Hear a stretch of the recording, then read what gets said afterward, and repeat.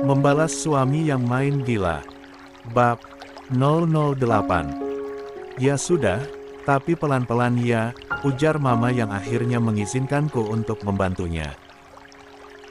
Hai Bude, sapaku pada Bude Mar. Bude Mar adalah kakak sepupu Mama, dan bekerja di sini sebagai orang kepercayaan Mama dan Papa untuk mengawasi semua art di sini. Ya Nduk, bagaimana kabarnya Nduk? Sehat, ujar Bude Mar lalu memelukku. Aku baru melihat batang hidung Bude kesayanganku ini, mungkin tadi beliau sedang sibuk membantu Mama. Baik-baik Bude, jawabku seraya tersenyum manis. Sekarang hanya ada Bude Mar yang menemani Mama, dulu ada saudara Mama yang lain juga bekerja di sini, tetapi setelah mereka punya cukup modal, saudara Mama pun memutuskan kembali ke kampung dan membuka usaha toko kelontong di kampung sana. Katanya ingin dekat dengan orang tua dan mengurus mereka yang salah satunya sudah sepuh. Alhamdulillah kalau begitu Yandu, Bude doakan semoga persalinanmu nanti dilancarkan oleh Gusti Allah, dan selamat ibu dan debaynya.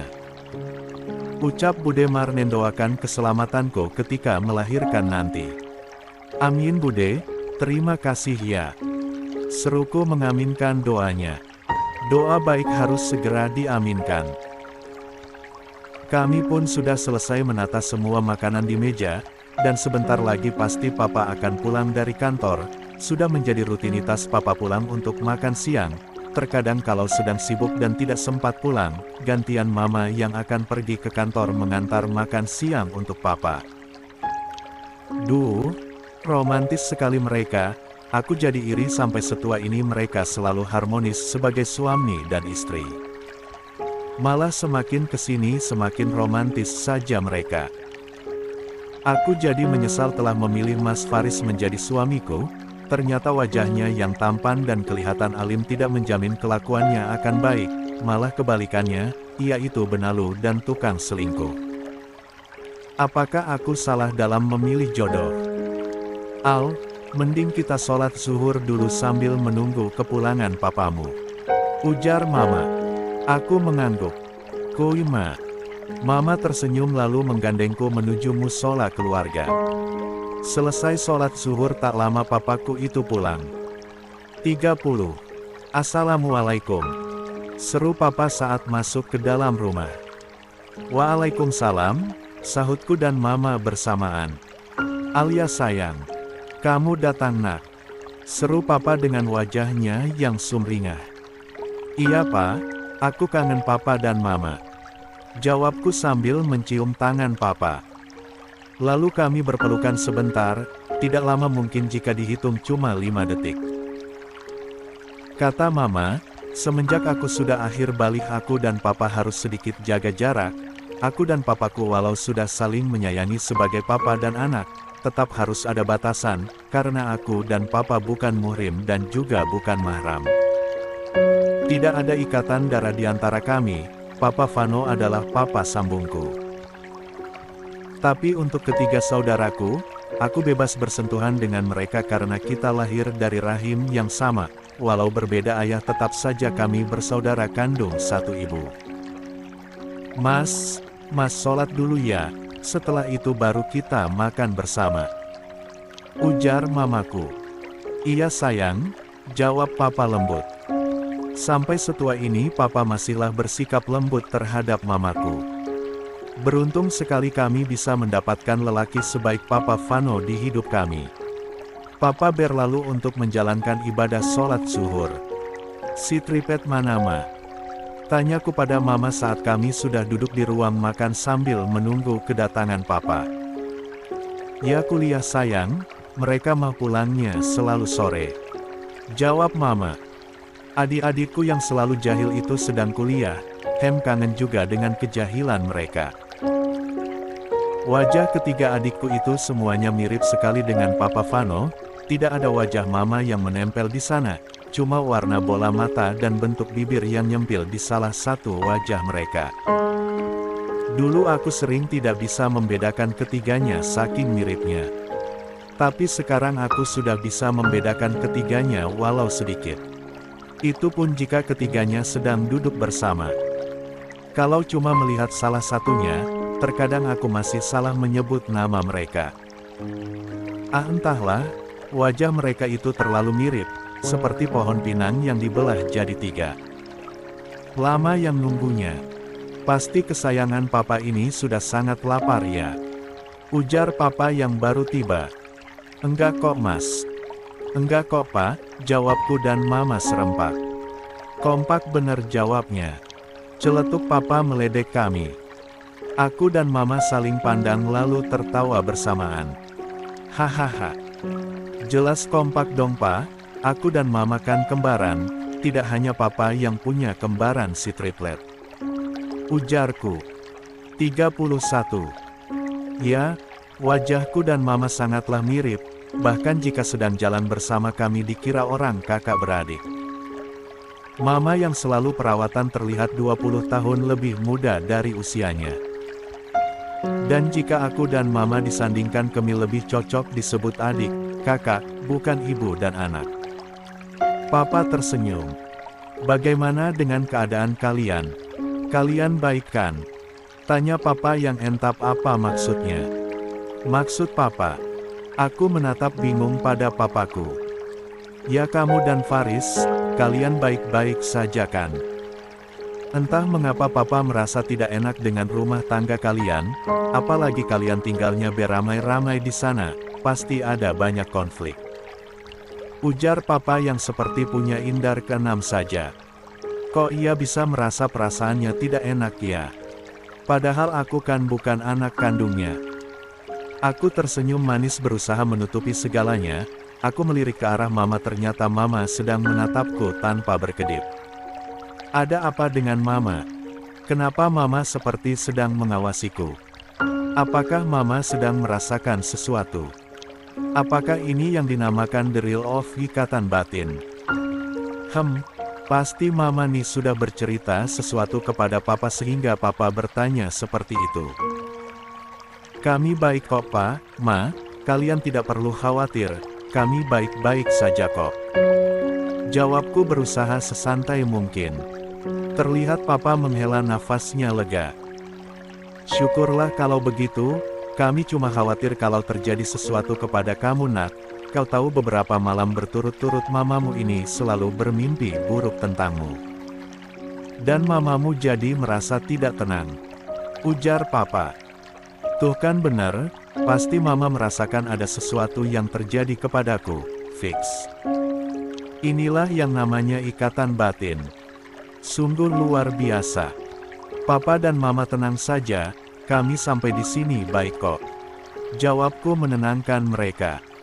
Kalau ada sesuatu jangan telan sendiri Alia, masih ada kami orang tuamu. Kami akan selalu ada untukmu. Ucap mamaku. Iya ma. Jawabku tersenyum. Oh ya nak, bagaimana kalau mertua dan iparmu jangan tinggal lagi di rumahmu?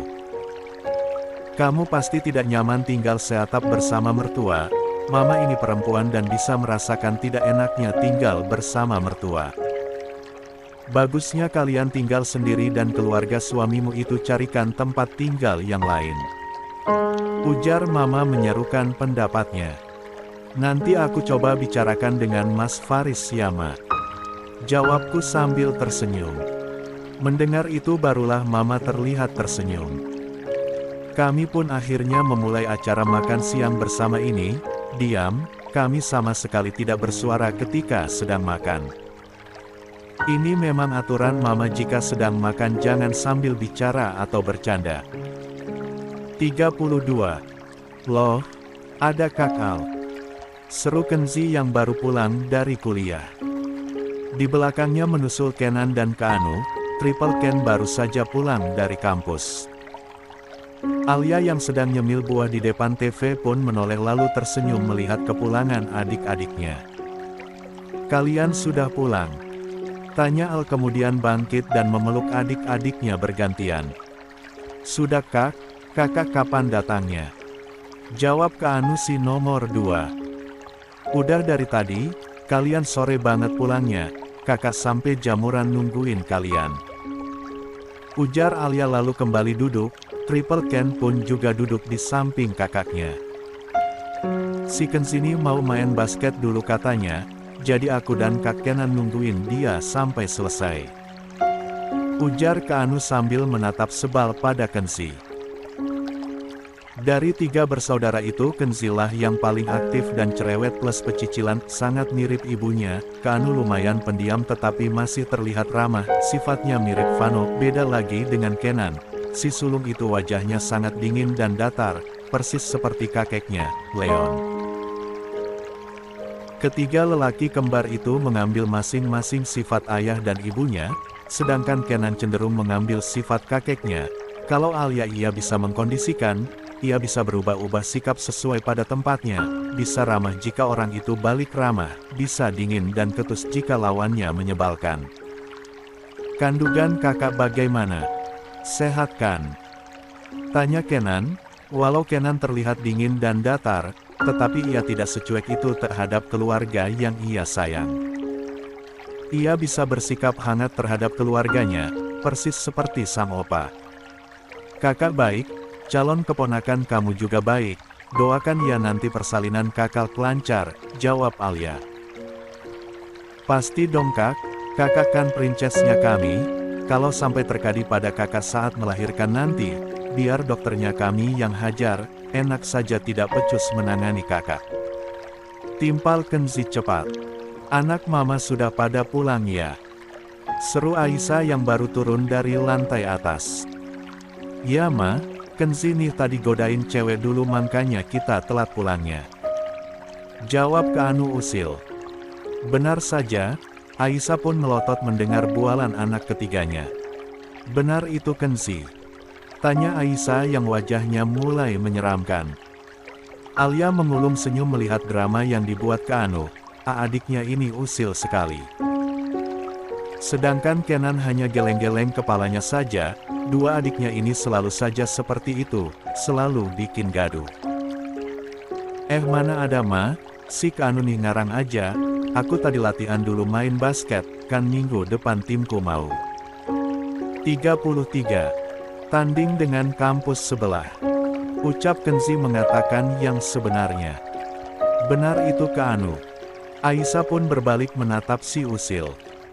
Kak Anu yang ditanya sang mama pun hanya cengar-cengir.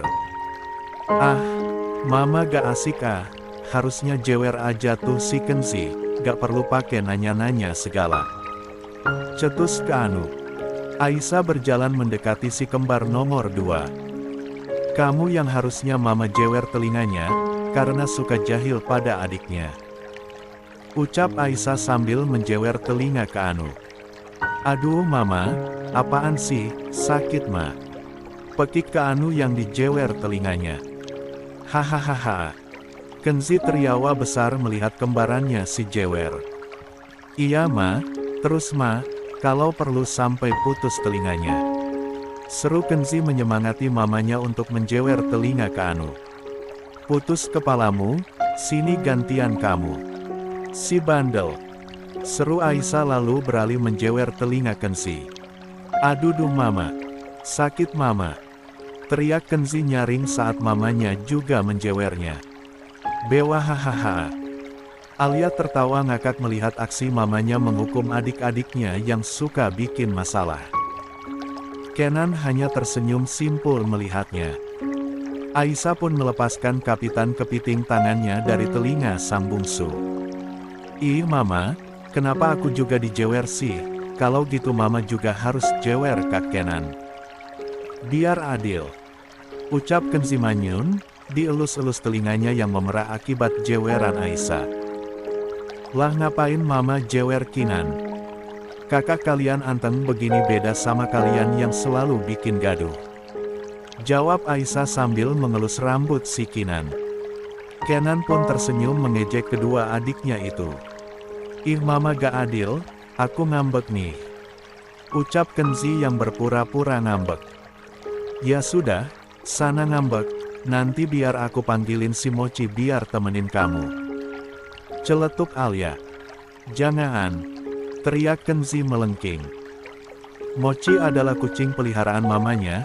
Dulu sewaktu kecil Kenzi pernah dicakar sama kucing liar, dan itu membuat Kenzi merasa trauma akan hewan berbulu itu. Aisyah yang melihat anak bungsunya takut dengan kucing pun akhirnya membuatkan tempat area khusus kucing supaya kucing-kucing kesayangannya tidak berkeliaran di dalam rumah. 34. Awas ya kalau sampai Kak Al bawa tuh harimau, kata Kenzi yang sudah bergidik ngeri. Bukan harimau Kenzi, tapi kucing. Ya kali mama mau melihara harimau, bisa diterkam mama kita, kata Alia. Oh gelap. Kenzi pun manyun. Sudah.